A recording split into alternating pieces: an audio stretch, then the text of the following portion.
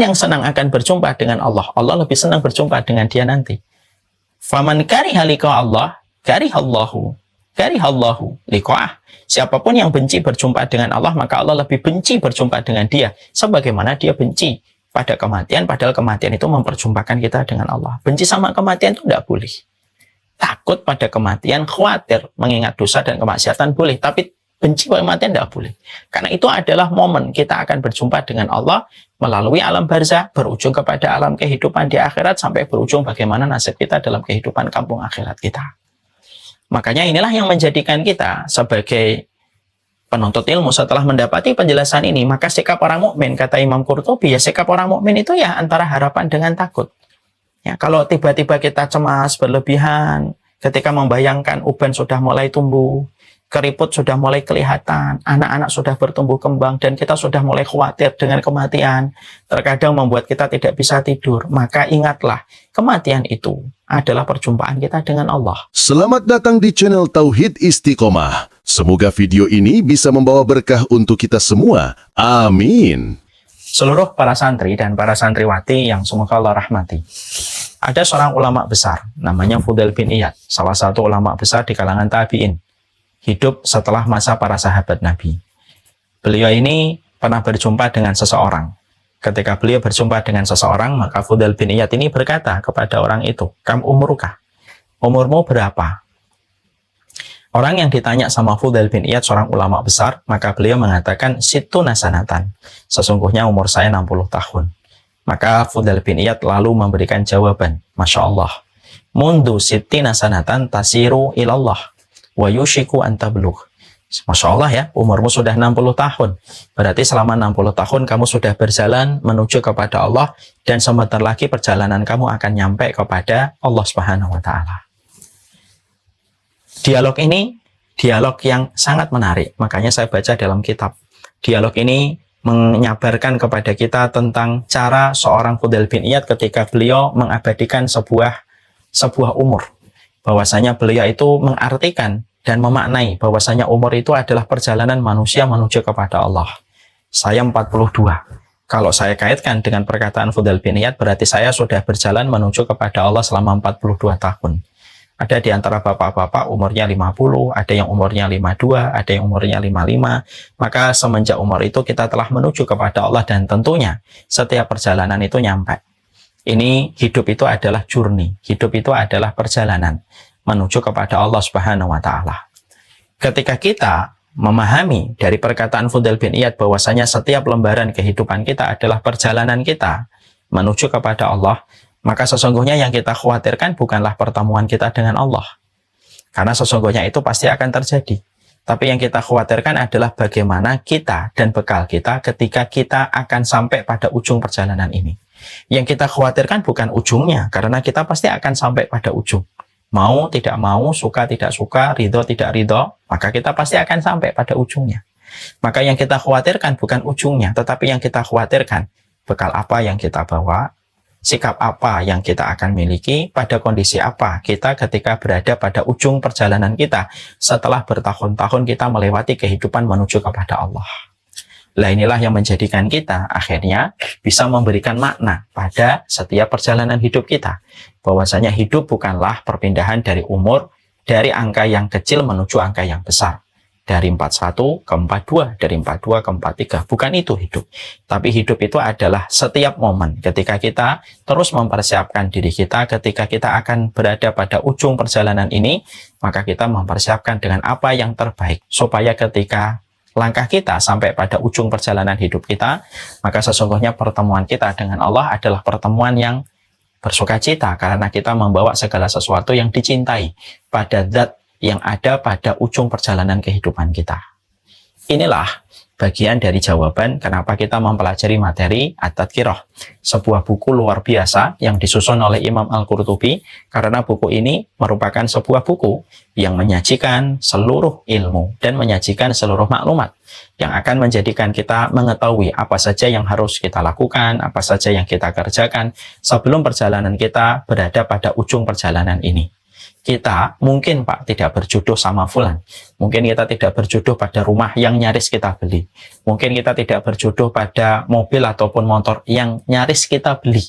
Tetapi kita pasti akan berjodoh dengan ujung perjalanan kehidupan kita yang bernama kematian. Kita terkadang memikirkan kehidupan di atas tanah, yaitu kehidupan duniawi. Tapi ternyata sering kita melupakan kehidupan kita di bawah tanah. Ketika istri kita, ketika suami kita, ketika anak kita tidak lagi bisa memberikan pembelaan. Ketika tidak ada lagi tangan yang bisa terulur untuk menjaga kita. Tidak ada lagi yang bisa begadang untuk menjaga kita. Ketika hari itu pasti datang. Dan itulah yang menjadikan kita sebaik-baik manusia yang cerdas adalah mereka yang memikirkan bagaimana dia ketika menutup mata pada kematiannya. Karena kematian itu jujur, Pak. Tidak bisa mengajak siapapun, tidak bisa diajak oleh siapapun, karena masing-masing akan membawa dirinya dengan apa yang telah dia lakukan ketika ujung kematian telah menyapa pada kehidupan mereka. Dan inilah yang menjadikan kita mempelajari materi at-tadhkirah. Pada pertemuan yang sebelumnya, yang sudah cukup lama, beberapa bulan yang lalu, kita membahas alasan-alasan kenapa kita harus mempelajari materi at-tadhkirah. Why-nya itu apa? Kenapa kita mempelajari materi at-tadhkirah? Karena sesungguhnya kematian itu harus disikapi dengan ilmu. Kenapa membicarakan kematian? Karena sesungguhnya membicarakan kematian itu justru menghidupkan hati. Kenapa membicarakan kematian? Karena banyak sekali keyakinan-keyakinan yang salah ketika kita tidak mengembalikan referensi pada apa yang menjadi keyakinan kembali kepada kitabullah dan sunnah. Maka itu menjadi alasan-alasan yang kita sudah pelajari bareng-bareng. Kenapa kita harus mempelajari materi at-tadhkirah, materi yang disusun oleh Imam Al-Qurtubi. Dan ketika why-nya sudah kita dapatkan, maka tinggal kita terus mengulang-ulang why itu, supaya terus memberikan continuity, supaya kita terus belajar tentang materi at-tadhkirah. Karena kita semuanya berhajat kepada materi ini. Karena kematian itu pasti menyapa kita. Dan sesungguhnya bukan kematian yang kita khawatirkan, tetapi adalah bagaimana cara jalannya kita menuju kepada kematian. Makanya dengan mempelajari materi at-tadhkirah pada kitab ini, maka setidaknya bisa memberikan kepada kita banyak ilmu, supaya kalau ada yang salah, kita mengevaluasi. Kalau ada yang bengkok, kita meluruskan.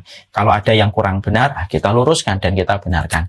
Supaya kehidupan kita menjadi kehidupan yang layak mendapatkan keridhaan dari Allah ketika keridhaan Allah itu berbanding lurus dengan dalil dan pedoman yang ada di dalam kitabullah dan sunnah.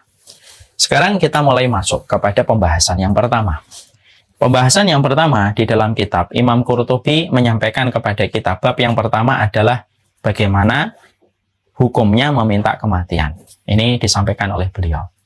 Tentunya ketika sebelum kita membahas tentang ini, tentunya kita paham betul bahwasanya kematian itu merupakan sesuatu yang sifatnya mendadak. Dan sesungguhnya tidak ada yang tahu kapan kematian itu akan datang. Kematian itu terkadang didahului dengan sakit, terkadang tidak didahului dengan sakit.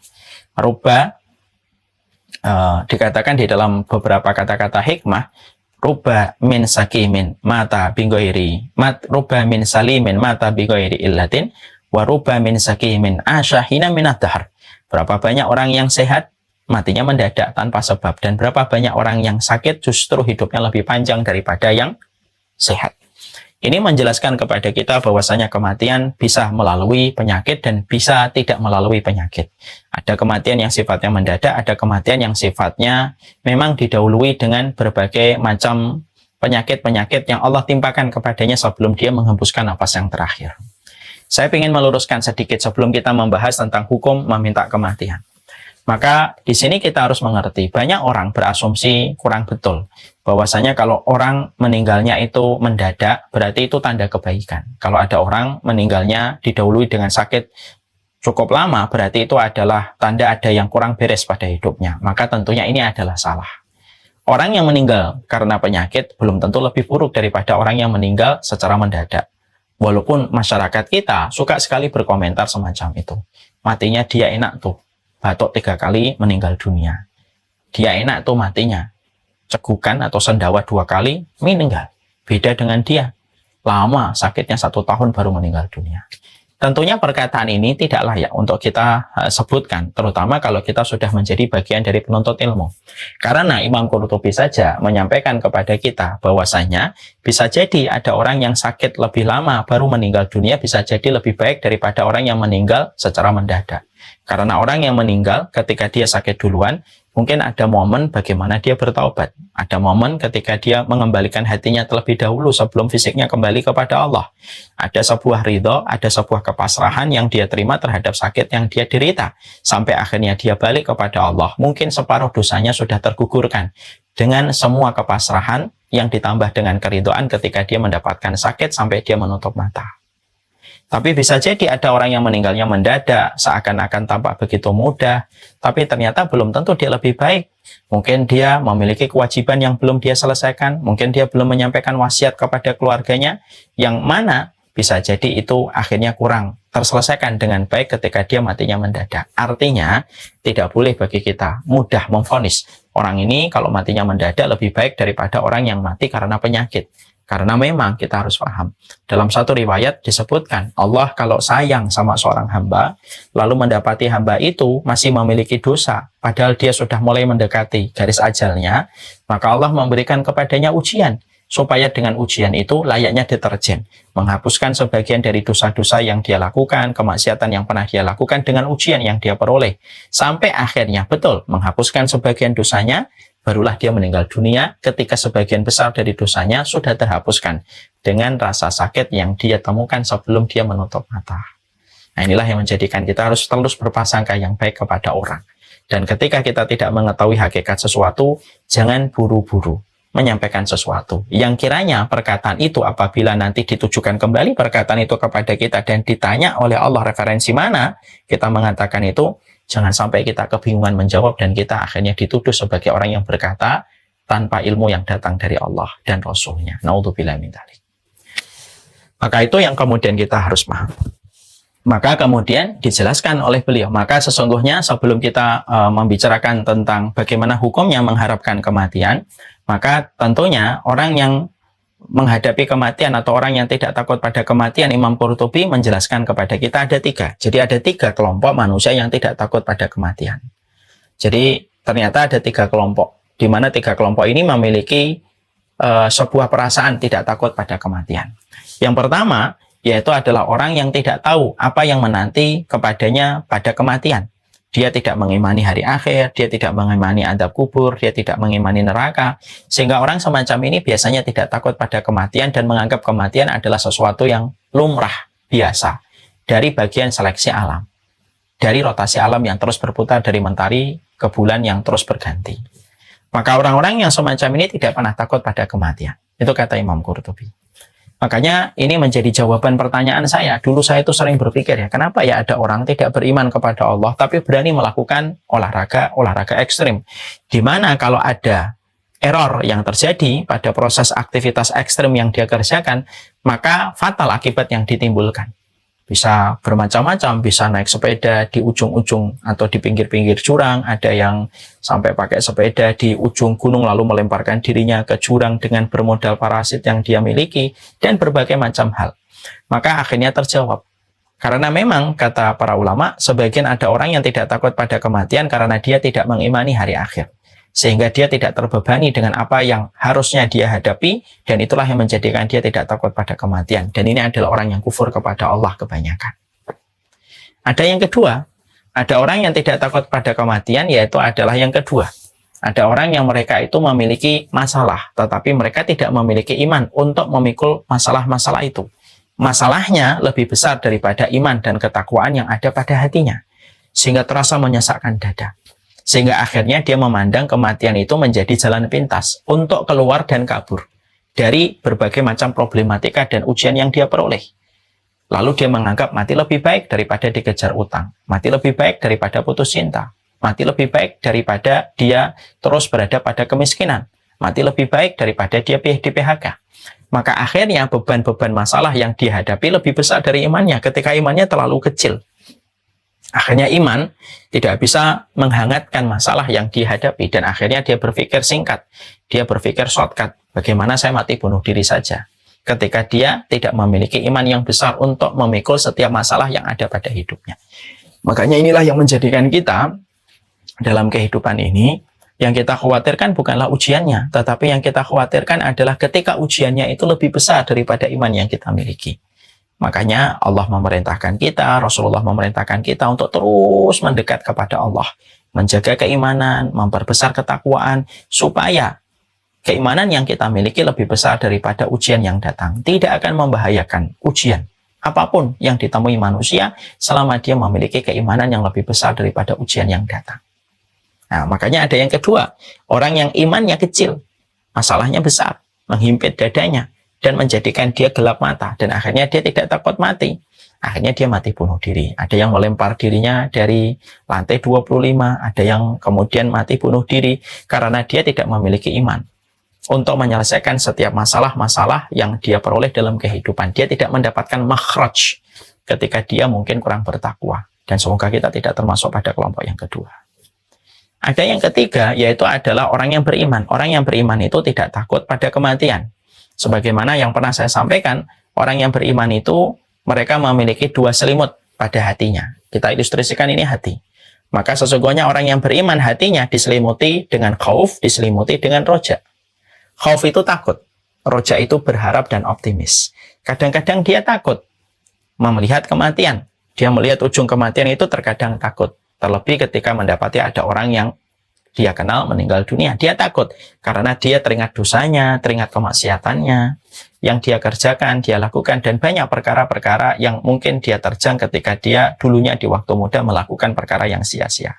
Kadang-kadang takut muncul. Tapi ketakutan itu tidak pernah mendominasi hatinya. Terkadang rojanya yang besar. Roja itu dia berharap bahwasanya kematian itu tetap dia pandang sesuatu yang menyenangkan, karena dia akan kembali kepada Allah. Dat yang sangat mencintai kita lebih besar daripada ibu mencintai kita. Jadi bapak dan ibu, kalau kemudian kita cemas berlebihan, terlebih ketika membayangkan kematian, maka cara untuk mengurai kecemasan itu adalah kita harus mikir, gitu, orang yang beriman itu, bahwasanya kita dalam kematian itu akan berpulang kepada Allah. Yang mana kasih sayang Allah kepada kita lebih besar daripada kasih sayang seorang ibu kepada anaknya. Maka kemudian menjadikan kita akhirnya apa? Kadang takutnya itu tidak mendominasi karena terdesak dengan rasa optimis, senang bahwasanya kematian itu berjumpa dengan Allah, dat yang mencintai dia lebih daripada orang tua mencintai dirinya. Ya. Di sisi yang lainnya, dia juga senang karena sesungguhnya kematian itu merupakan musim panen dari seluruh ketaatan, dari seluruh kebaikan yang dia lakukan di dalam kehidupan. Karena sesungguhnya kita tidak akan ketemu pahala sholat, kita tidak akan ketemu pahala sedekah, kita tidak akan ketemu pahala ibadah yang kita lakukan dan kita selenggarakan sampai kemudian kita meninggal dunia. Maka disitulah kita akhirnya paham. Disitulah kita mengerti orang beriman, mereka tidak menantang kematian, tetapi mereka juga tidak benci pada kematian.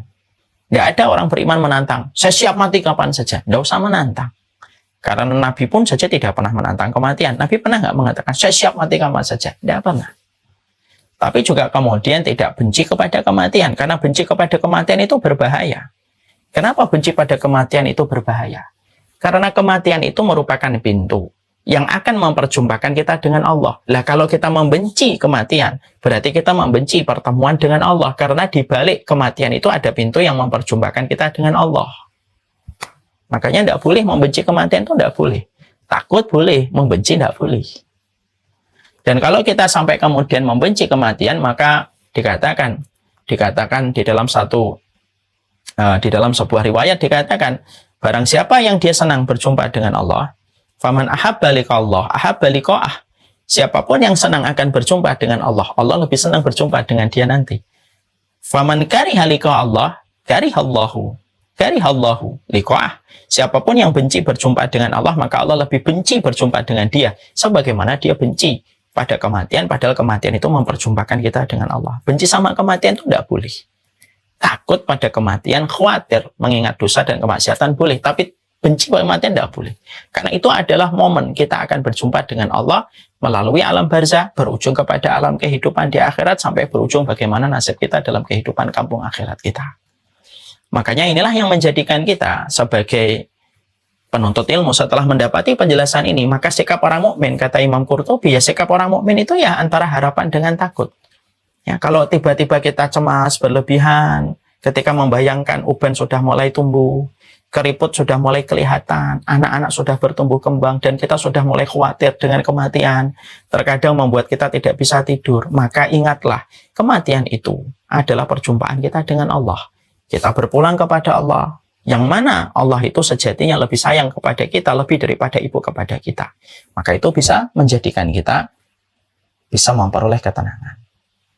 Tapi terkadang ketika kita kemudian akan melakukan kemaksiatan, akan melakukan dosa padahal usia kita sudah tidak lagi muda. Terkadang kita mungkin karena ada uang, karena ada duit, kita tiba-tiba digoda dengan godaan zina, digoda dengan godaan khamar atau uang yang haram. Ingat mati bahwasanya takut pada kematian kita akan mempertanggungjawabkan kalau kita masih membawa dosa, padahal satu persatu tanda-tanda kematian sudah dikirimkan oleh Allah kepada kehidupan kita.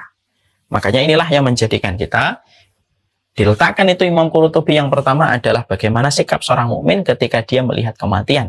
Sesungguhnya dia tidak boleh membenci, tapi juga tidak boleh bagi dia untuk menantang kematian. Di antara khauf, di antara takut, di antara khauf, di antara roja. Kadang berharap kita senang karena akan berjumpa dengan amal soleh kita di dalam kuburan dan akhirat.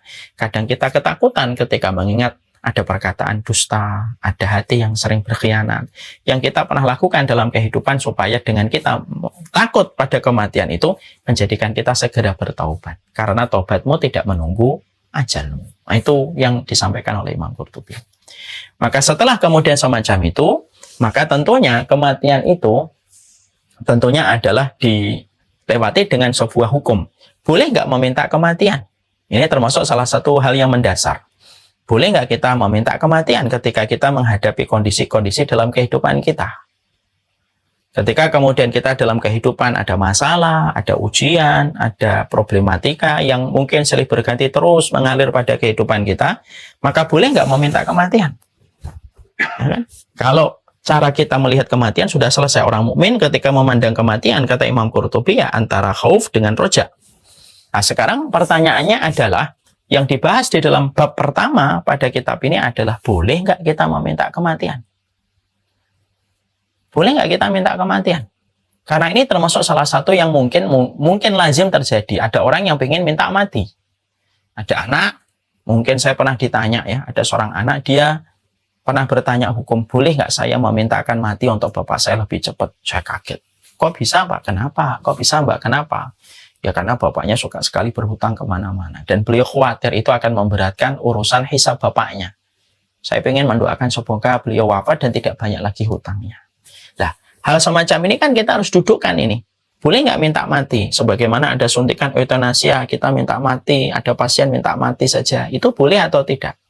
Maka kemudian disampaikan oleh Imam Qurtubi, sesungguhnya meminta kematian itu hukumnya tidak satu, tetapi hukumnya variatif, sesuai dengan kondisi dan keadaan. Maka sesungguhnya yang pertama, hukum dasar meminta kematian itu merupakan sesuatu yang haram, tidak boleh. Kalau memang kita tidak memiliki kondisi-kondisi tertentu yang menjadikan kita memohon kematian datang pada kehidupan kita.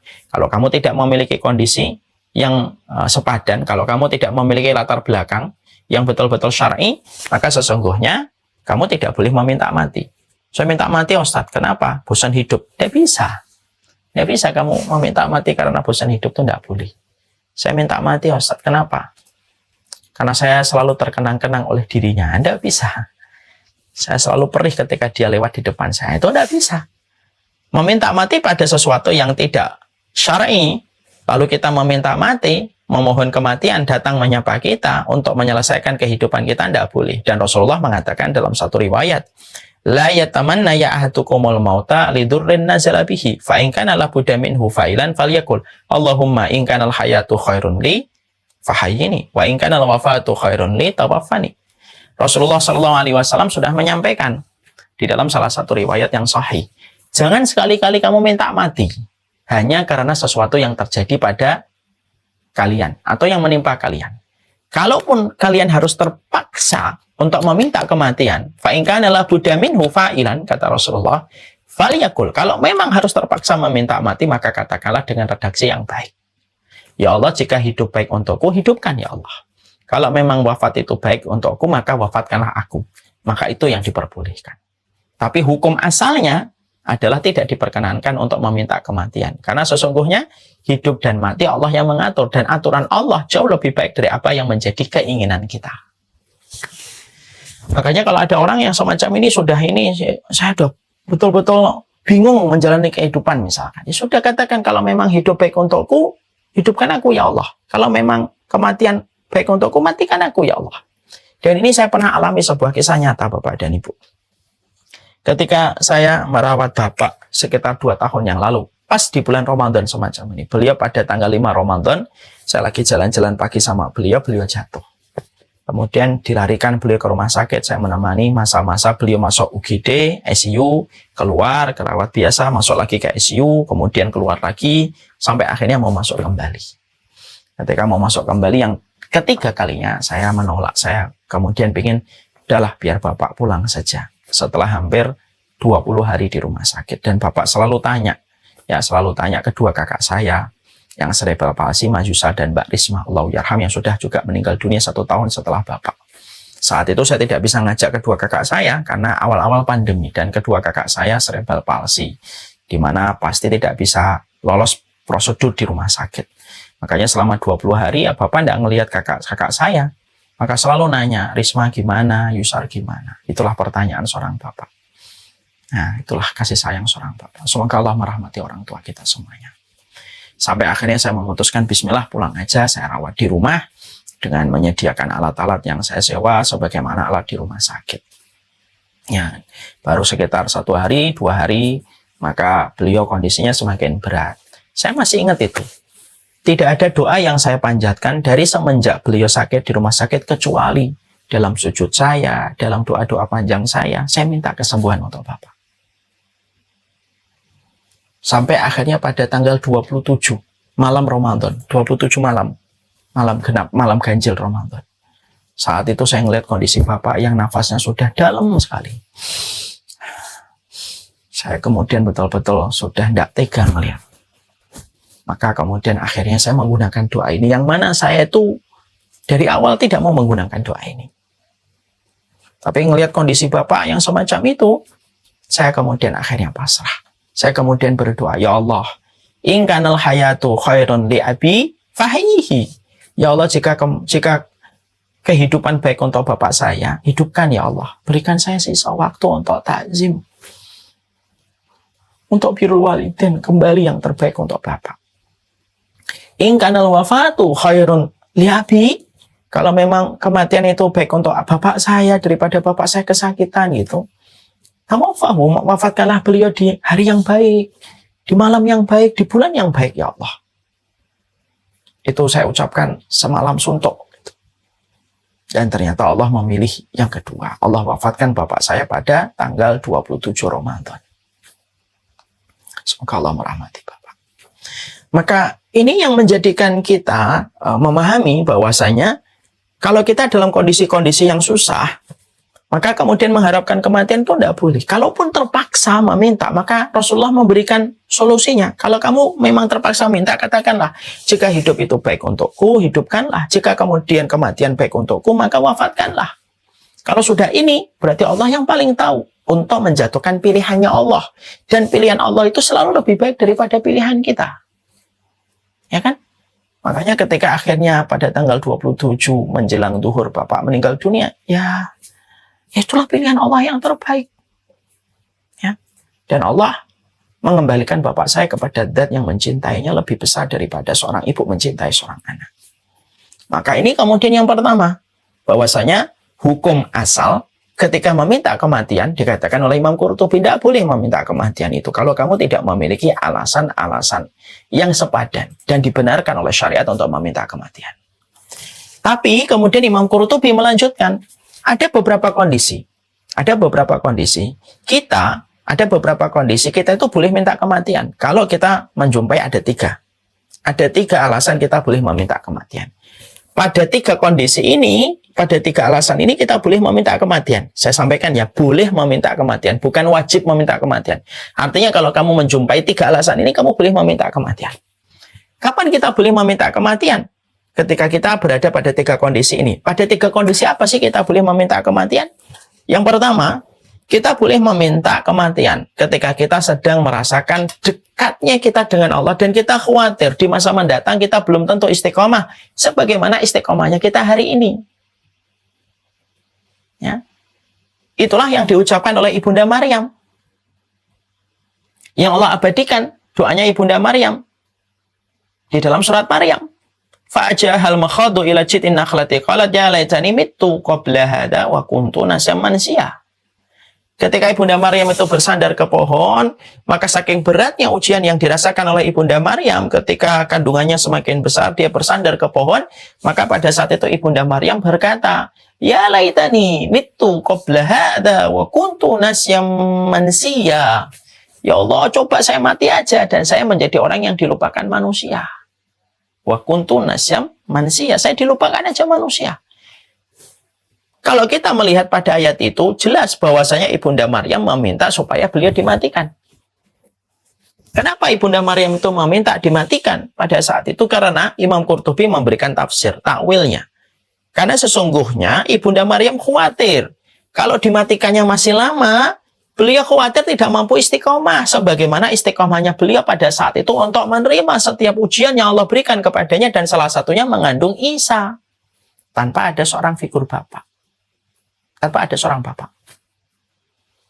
Maka disitulah kemudian akhirnya para ulama itu mengatakan, kalau ada di antara bapak ibu sedang merasakan kedekatan dengan Allah, sujudnya khusyuk, nangis, sholatnya kita khusyuk, yang tidak pernah kita rasakan sebelum-sebelumnya, maka boleh pada saat semacam itu, boleh, saya tidak mengatakan wajib, boleh untuk berkata, ya Allah matikanlah ketika hatiku sedang dekat bertakarub kepada Allah. Maka boleh. Daripada engkau matikan saya masih 3 tahun, 4 tahun lagi yang belum tentu saya istiqomah sebagaimana saya istiqomah hati saya ketika hari ini merasakan nikmatnya dekat dengan engkau ya Allah. Boleh itu. Boleh. Maka itu diperbolehkan. Sekali lagi ya, ini pilihan boleh atau tidak boleh, bukan mengatakan wajib dan tidak wajib. Sering para jamaah itu sering salah berpersepsi, mempersepsikan, oh berarti wajib minta mati. Bukan wajib, boleh minta mati kalau memang kondisi semacam itu. Misalkan bapak dan ibu, anak-anaknya sudah pada besar, lalu kemudian cucu-cucunya sudah pada sehat, kemudian kita minta, ya Allah saya lagi dekat sekali dengan engkau, sujud saya tumpah air mata, dan saya ingin pada kondisi ketika hati sedang dekat-dekatnya sama Allah, saya dimatikan. Boleh. Itu boleh. Dan itu merujuk kepada apa yang diminta oleh Ibunda Maryam. Ya laitani mittu qabla hadha wa kuntu nasiyan mansiya. Coba saya mati dan dilupakan oleh manusia. Yang kedua, kapan kita boleh meminta kematian? Yang kedua adalah ketika kita boleh meminta kematian karena kita khawatir terjadinya fitnah. Lalu kita khawatir fitnah itu bisa menimpa dan merusak kehidupan agama kita. Karena yang kita khawatirkan dari fitnah itu apa? Bukan merusak fisik kita, bukan merusak kesehatan kita. Yang kita khawatirkan dari fitnah itu merusak kehidupan agama dan akhirat kita. Ya, makanya kemudian Umar bin Khattab radhiyallahu anhu adalah orang yang paling beriman setelah Abu Bakar dan tentunya setelah Rasulullah. Bapak dan Ibu tahu keimanan Umar bin Khattab itu keimanan super. Ya, keimanan yang menjadikan fitnah itu ditahan oleh Allah ketika Umar bin Khattab masih hidup. Itu Umar bin Khattab. Orang yang paling paham sunnah itu Umar bin Khattab. Makanya Nabi beliau berkata di dalam salah satu riwayat, aku tadi malam bermimpi, jari jemariku mengeluarkan air susu, kata Rasulullah. Dan kalian rebutan untuk mengambil air susu yang keluar dari jari jemariku. Yang paling banyak mengambil air susu dari jari jemariku adalah Umar bin Khattab. Para sahabat nanya, apa takwil dari mimpi itu? Ya Rasulullah, dari air susu yang keluar dari jari jemarimu. Itu adalah sunnahku, ilmuku. Berarti menjelaskan bahwasanya yang paling banyak mengambil ilmu dari Nabi dan sunnahnya Nabi itu Umar bin Khattab. Tapi Umar bin Khattab itu takut dengan fitnah. Makanya salah satu riwayat menggambarkan bagaimana doanya Umar bin Khattab ketika beliau meminta mati sebelum datangnya fitnah. Karena fitnah itu betul-betul luar biasa berat. Puncaknya fitnah itu Dajjal. Makanya fitnah itu jangan dideketin. Jangan sampai ada yang minta, saya minta dipanjangkan umur. Kenapa? Saya mau ketemu Dajjal kayak apa? Jangan. Fitnah itu dihindari. Jangan malah diminta untuk dipertemukan. Makanya Umar bin Khattab itu pernah meminta mati sebelum beliau melihat fitnah. Makanya para sahabat yang tidak melihat fitnah adalah para sahabat yang meninggal sebelum meninggalnya Umar bin Khattab itu selamat dari fitnah. Orang yang masih hidup setelah Umar bin Khattab meninggal itulah orang yang mendapatkan fitnah. Maka kemudian perkataan dari Umar bin Khattab radhiyallahu anhu saat itu apa? Allahumma inni as'aluka fi'lal khairati wa tarkal munkarati wa hubbal masakin wa idza aradta adarta fin nasi fitnatan faqbidni ghaira maftun. Ya Allah, berikanlah aku kekuatan untuk mencintai, berilah aku kekuatan untuk melakukan kebaikan, meninggalkan yang mungkar. Ya, berilah aku kekuatan untuk meninggalkan yang mungkar, mencintai orang miskin. Dan ya Allah, kalau engkau akan menurunkan fitnah yang menimpa kepada kaum muslimin, maka matikanlah aku sebelum aku menjumpai fitnah itu. Makanya Masya Allah, Allah mengabulkan permintaan dan permohonan Umar bin Khattab. Umar bin Khattab tidak pernah menjumpai fitnah, karena pintu yang menjaga kaum muslimin dari fitnah itu ya Umar. Itu keterangan dari Hudzaifah. Makanya Umar bin Khattab itu pernah tanya. Umar bin Khattab pernah tanya tentang masalah fitnah, dan yang menjawab tentang pertanyaan Umar itu Hudzaifah. Aku tanya kepada dirimu, wahai Hudzaifah, al-fitnatu allati tamuju kama yamujul bahar. Saya nanya sama kamu, wahai Hudzaifah, fitnah yang gede sebagaimana fitnah gelombang yang masuk pada setiap rumah dan merusak sendi-sendi apa yang ada di hadapannya. Maka saat itu Hudzaifah berkata, tenang aja wahai Umar, Amirul Mukminin, antara engkau dengan fitnah ada pintunya.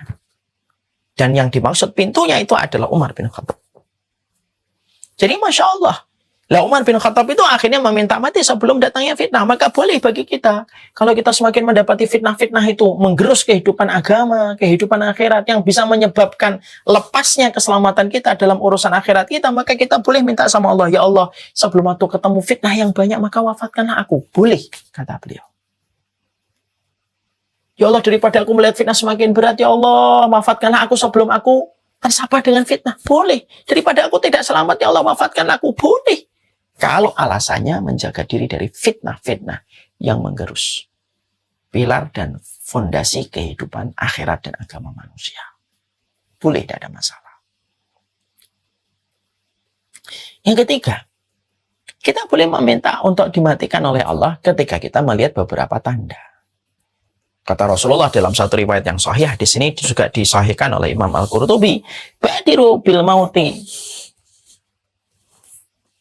sitan. Kata Rasulullah SAW, kalau kalian sudah melihat 6 perkara, boleh kalian minta mati, kata Rasulullah. Kalau kalian sudah menjumpai 6 tanda. Lalu kemudian kata Rasulullah, imra'atus sufaha, yaitu adalah pemimpin yang bodoh terhadap agama dan syariatnya. Yang kedua, kata Nabi SAW, banyaknya tanda-tanda hari kiamat yang sudah bermunculan. Yang ketiga, be'ul hukmi, jual beli hukum. Orang itu jual beli hukum dengan begitu gampang, selama yang bisa membeli orang kaya, ya dia bisa membeli apa yang dia mau. Wa qati'atur rahimin, gampang banget keluarga-keluarga itu putus dari masalah sepele, kemudian mereka memutuskan tali silaturahmi. Yang kelima, wa istighfafan biddami, kemudian gampangnya orang membunuh. Yang keenam, wa nash'an yattakhiduna al-Qur'an mazamir yuqaddimunahu ar-rajul liyughnihim bil Qur'an wa in kanu aqalluhum fikhan. Kata Rasulullah, yang keenam tandanya itu apa? Kalau kamu sudah menjumpai sekelompok manusia menyanyikan Al-Qur'an dengan alat musik, dan yang menyanyikan itu adalah orang yang paling tidak paham tentang agama. Hanya karena suaranya bagus dia dipilih untuk menyanyikan ayat-ayat Al-Qur'an dengan musik. Kalau sudah melihat 6 ini, kata Rasulullah SAW, kata Nabi, maka silahkan untuk minta mati. Karena apa? Beratnya konsekuensi untuk menjaga agama pada masa ketika 6 tanda ini sudah diperlihatkan.